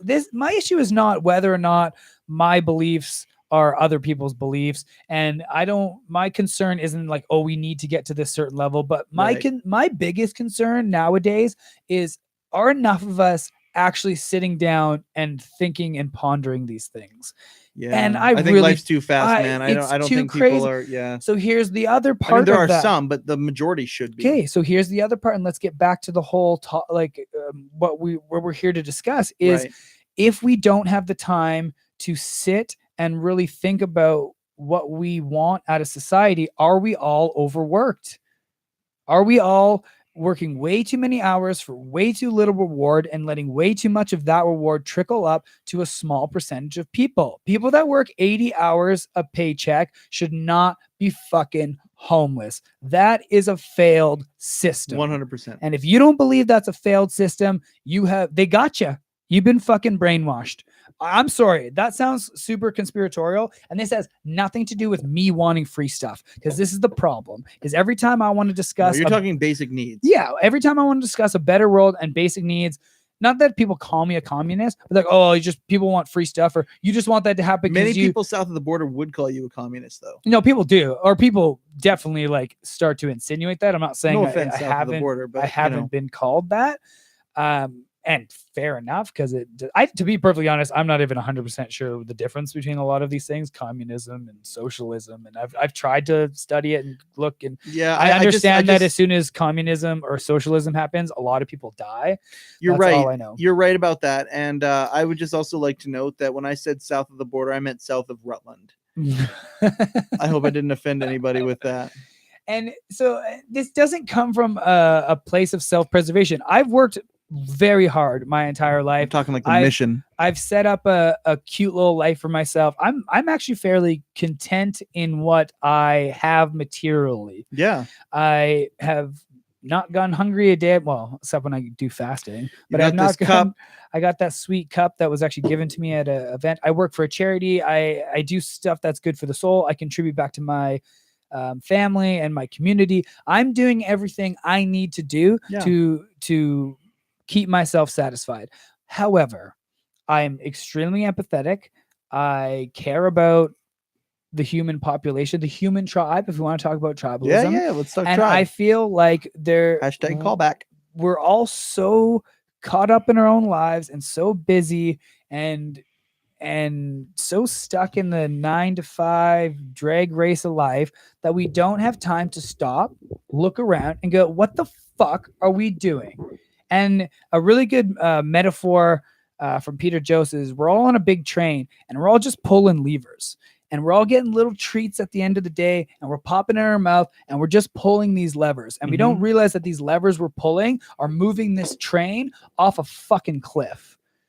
And it's all these little things. It's like we all pay taxes. We don't question where our taxes go. They go to military arms and they go to wars. The States is real bad for this. The States has arms deals with all these countries, and the taxpayers pay into their taxes that go to the military budget that fund these wars on Yemen, because their money goes to the Saudi Arabia. Saudi Arabia causes siege war in Yemen, and we're in one of the worst humanitarian crises in Yemen in fucking history. And we pay for that. Yep. Not we as Canadians, but we as a human population have set ourselves up to just blindly work, pay our taxes, to allow it to fucking happen. Yes. And I'm not saying there's much we can do about it. Who the fuck knows what? Allow it, never mind encourage it. Yeah, you know what we could do? We could fucking talk about it a little bit more, and we could stop being so condescending to each other, and we could stop fighting over social media. We should all actually listen to what other people say, and we should try to collaborate a little bit more. And these little podcast things where you have one person watching and then 3 people watching, and maybe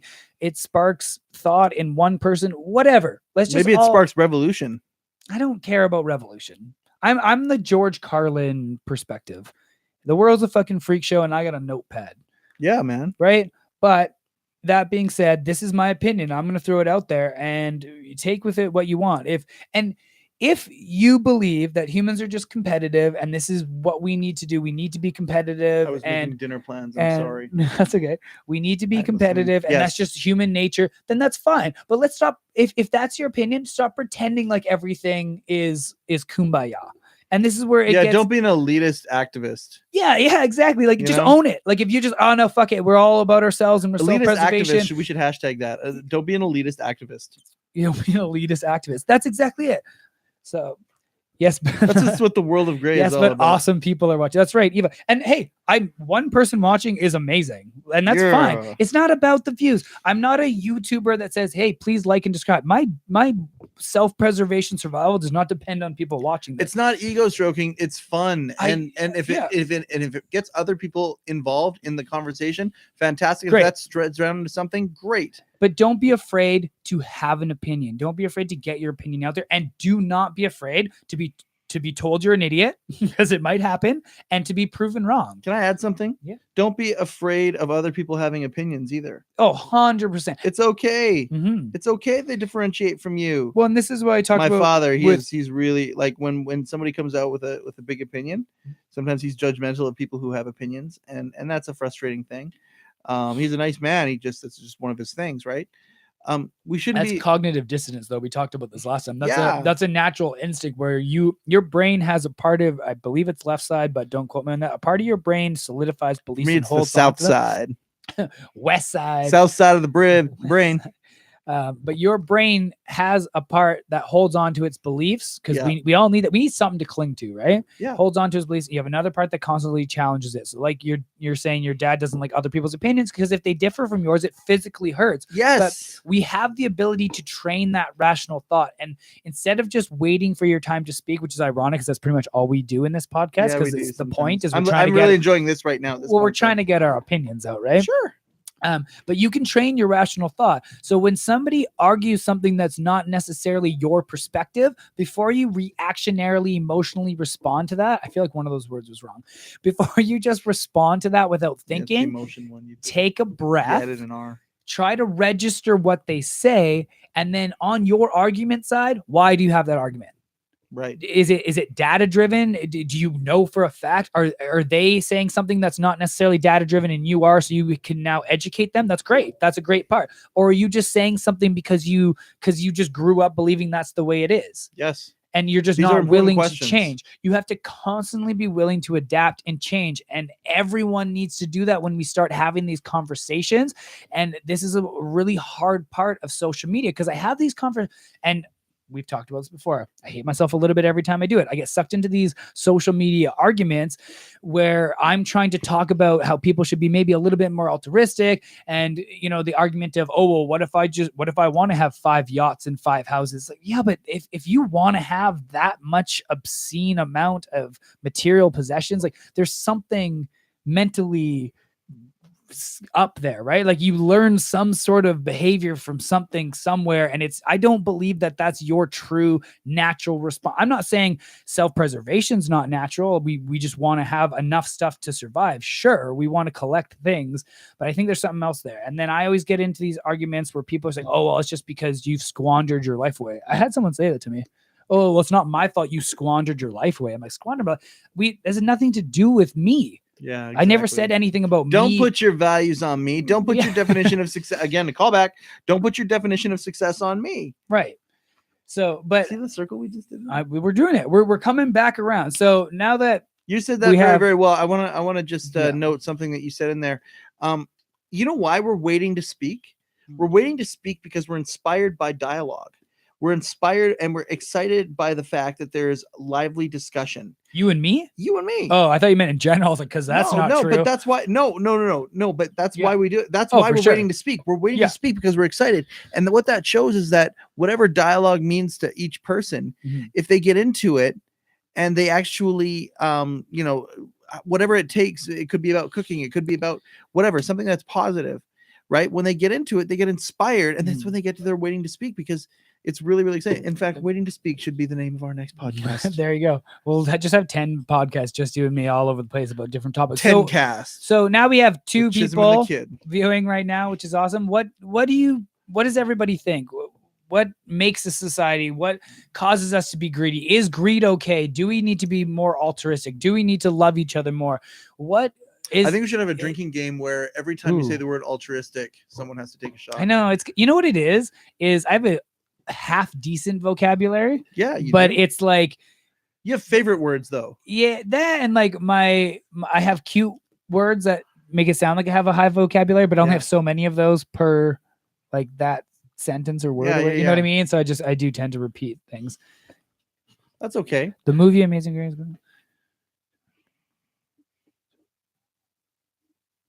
Cool. I'll have to see that movie. Amazing Grace, everyone. It's kind of along what we're talking about. Is different people from different walks of life being able to communicate. So I have 2 examples of this, and I'll be real quick, and then we'll probably I'll end let it. You go. I have dinner plans. You have dinner plans? Okay, we'll end it after this. But I just overall, when it comes to trying to figure out what we need out of a collective, out of society, is first of all, we need to start communicating and talking more and talking to people that don't necessarily have the same opinions of us. Yes.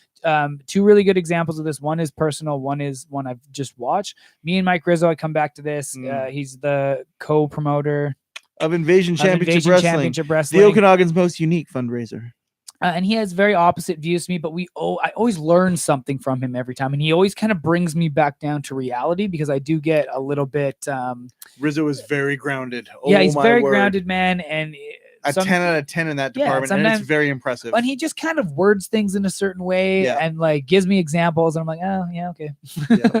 You're right. Humans are fucked. No, I'm just kidding. No, but he gives me different like We things should to write in the think description about. of this podcast that we talked about Mike Rizzo, so he Right? listens to it. Well, he was listening at one point Oh, that's for like good. 30 seconds. Yeah, probably. that sounds about right. Sounds about. And actually, I don't know He's how long out people now. listen for. The other really good example is Jordan Peterson and Russell Brand. Russell Brand, the comedian. The comedian. They have a really good conversation, very different views, but they listen to each other Yes. and they try to see it from the other person's point of view. And they're probably waiting to speak because they're so inspired by the dialogue. Totally. But we just need that a little bit more. We need to listen, absorb, try to see it from the other person's perspective. This gets in and more love. Peace and love. And I think if we can start with ourselves, More Star Wars. look inward, right, into our beliefs, why we believe them. Is it just because we're having these external pressures being told this is the way things are, or do we truly believe it? Have we looked at the opposite views? We all need to study ourselves a little more, study our beliefs a little more, and then start getting outside of our comfort zone and having these uncomfortable conversations. I'll do it. I'll study them. Don't go to Mike Chisholm's house alone, I'll tell you. My methods of study are plain. They're You're that G-rated. guy. You're that guy in high school. You want to come over and study? And it was never studying. Oh no! You weren't that guy? No, I wasn't that guy. It was that was me, I was sorry. watching movies. That was Do me. you want to come over and watch a movie tonight? Yeah, who's all going? You were No, just come on over and watch a movie. You were Oh, the okay, all right. movie and chill before Netflix and chill was invented. Oh, Blockbuster Video, the movie update. What were they? Superior Video. Were you around when Superior Video was here? There's a demographic Oof. of people that will watch this video and have zero idea what you're fucking talking about. When Really? It comes to videos, probably. Oh man, so video stores, yeah, like Netflix Mm. and chill. So when you want to get comfortable with a girl in high school, you'd say, "Hey, you want to watch a movie?" Or she would say to you, "Hey, you want to come over and watch a movie?" And you're like, "Hey, who's all there?" So, and she's like, "No, just you, me." That means you're gonna make out. all right. That's what it meant. I think, that's not the worst place to end it. Completely off topic. When it comes, Society. we This is what talked. society does. We talked about Society makes today. out. Hashtag Um, society makes out. If you manage to watch this whole video all the way through, God bless you. You get a fucking medal. If I say God, I'm not even religious. God bless you. Bless you. I bless I'll you. bless you. If you skipped along and just kind of pick and choose some things to listen to, great. If you listen for 5 minutes and then shut it off, If you can get This is 30 kinda people to pointless. listen to this podcast, we will give you this jar of pennies. thank we you will for give you this jar of pennies if you get 30 people to listen to this podcast in its entirety thank you for everyone that did watch this live and contributed and to can the prove it. conversation. Share this out there. Thank you. Grateful. Capitalism. I am Kelowna's Cougar Meat Kid, Colin Cutler. I am Mike. I don't have any other nickname yet, but it'll come at some point. Chisholm. In a world and society fixated on black and white arguments, we are here to explore the world of gray. Do you notice that the gray behind us is like a beautiful gray? It's like an angelic gray. You know, the background is just. You see that? Thanks, Eva. Do you notice that I just did a sweet outro and then you talked over it? Yeah. This is like the bonus end of the podcast. You can end it at any time Yeah. here, like End it mid now. sentence. Or now. Or now. or now, Or now. and it's All right. Oh, okay. hey, YouTube Live. You got 2 intros. You get 2 outros. Later, YouTube. In a society Up fixated yours, on YouTube. black and white arguments, we are here to explore Peace and the love. world of gray. YouTube.